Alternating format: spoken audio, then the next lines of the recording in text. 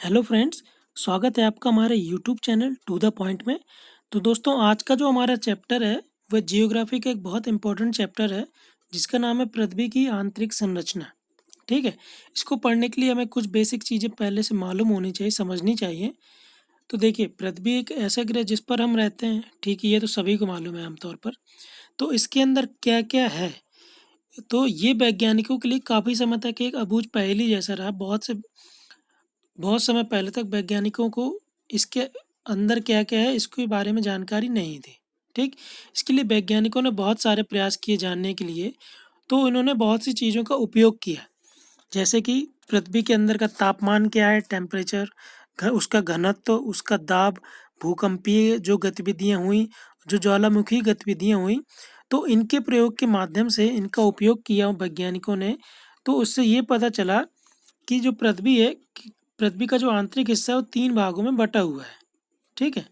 3 भागों में बँटा हुआ है, जो कि है भूपर्पटी, जिसे क्रस्ट भी कहते हैं, दूसरा मेंटल है और तीसरा क्रोड या कोर। ठीक है? तो सबसे पहले हम पढ़ते हैं भूपर्पटी या क्रस्ट के बारे में। ठीक? तो ये पृथ्वी का सबसे बाहरी भाग है। इसको सबसे ऊपरी परत भी कहते हैं। ठीक? इसकी मोटाई महासागरों के नीचे 5 किलोमीटर की है और महाद्वीपों के नीचे जो भूपर्पटी की मोटाई है वो 30 किलोमीटर है। यानी आप महासागरों के नीचे अगर 5 किलोमीटर तक जाएंगे तो आपको भूपर्पटी मिलेगी। उसके बाद आपको जो मेंटल है, जो आवरण बीच वाली परत है, वो मिलेगी। और महाद्वीपों के नीचे इसकी औसत मोटाई 30 किलोमीटर है। तो महाद्वीपों के नीचे जब आप 30 किलोमीटर के अंदर तक जाएंगे तो उसमें पहले तो आपको ये भूपर्पटी मिलेगी 30 किलोमीटर तक। ठीक है। अगर इसके आप बाद आप अंदर जाओगे तो आपको जो मेंटल आवरण है वो मिलेगा। ठीक है। तो ये जो भूपर्पटी है ये मुख्यतः बेसाल्ट चट्टानों से मिलकर बनी हुई है। ठीक है। यह इसमें जो भूपर्पटी, इसमें सिलिका तथा एल्यूमिनियम की अधिकता है, जिसे सियाल भी कहते हैं। तो ये इन दोनों से मिलकर बनी हुई है, या इसमें इन दोनों पदार्थों की अधिकता है। अब बात करते हैं मेंटल की।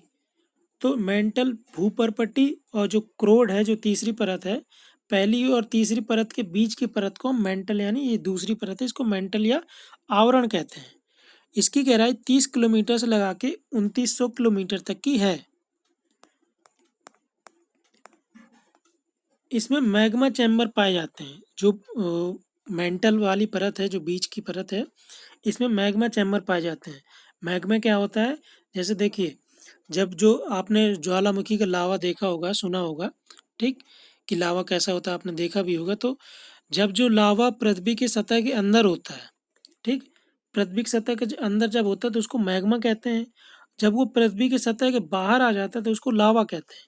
तो पृथ्वी के अंदर के सतह वाले भाग को जो मैग्मा है वो हमें मेंटल वाले आवरण वाले उस परत में पाया जाता है। तो इसमें मैग्मा के बहुत सारे चैम्बर बने हैं। ठीक है। जो आवरण है मेंटल, ये पृथ्वी के आयतन का कुल 83% भाग घेरे हुए है। इसमें सबसे ज़्यादा सिलिका और मैग्नीशियम पाया जाता है, जिसको सीमा भी कहते हैं। ठीक। अगली परत है क्रोड या कोर। ये पृथ्वी का सबसे आंतरिक हिस्सा है, यह सबसे आखिरी परत है। ठीक है। क्रोड का जो विस्तार है वो 2900 किलोमीटर से लगा के 6371 किलोमीटर तक का है। मतलब ये पृथ्वी के केंद्र तक है। जो क्रोड है वो पृथ्वी के केंद्र तक है। पृथ्वी का केंद्र अगर पूछा जाए तो 6371 किलोमीटर पर है। जो पृथ्वी की तीसरी परत है क्रोड या कोर, इसमें सबसे ज़्यादा निकिल और लोहा पाया जाता है, जिसको हम निफे के नाम से भी जानते हैं। जो क्रोड का अधिकतम तापमान है वो 5500 डिग्री सेंटीग्रेड होता है। ठीक है। अब हम जानते हैं जो एग्जाम रिलेटेड जो फैक्ट्स आते हैं इससे रिलेटेड, तो उसके बारे में हम देखते हैं थोड़ा। जो सोना है, चांदी है, तांबा, पीतल, ये बहुमूल धातुएं जो हैं, महंगी धातुएं, ये पृथ्वी के मेंटल भाग यानी जो बीच वाली परत है, जिसको आवरण भी कहते हैं, ये यहीं से प्राप्त की जाती हैं। ठीक है। पूछ ले भूपर्पटी में सर्वाधिक मात्रा में पाए जाने वाला तत्व कौन सा है? तो भूपर्पटी में सर्वाधिक मात्रा में पाए जाने वाला तत्व ऑक्सीजन है। ठीक है। और ये पूछ ले कि भूपर्पटी में सर्वाधिक मात्रा में पाए जाने वाला कार्बनिक पदार्थ कौन सा है? तो सबसे ज़्यादा कार्बनिक पदार्थ जो भूपर्पटी यानी पहली परत में पाया जाता है वो है सेल्यूलोज। ठीक है। और ये भी पूछ सकता है कि भूपर्पटी में जो क्रस्ट में सबसे ज़्यादा मात्रा में कौन सी धातु पाई जाती है? तो अगर ये धातु आए तो आप इसमें सिलिकॉन में टिक कर सकते हैं। ठीक है, तो दोस्तों आपको कैसा लगा हमारा वीडियो, कमेंट करके ज़रूर बताएं। हमारे चैनल को सब्सक्राइब करें और वीडियो को ज़्यादा से ज़्यादा शेयर करें। बहुत बहुत धन्यवाद।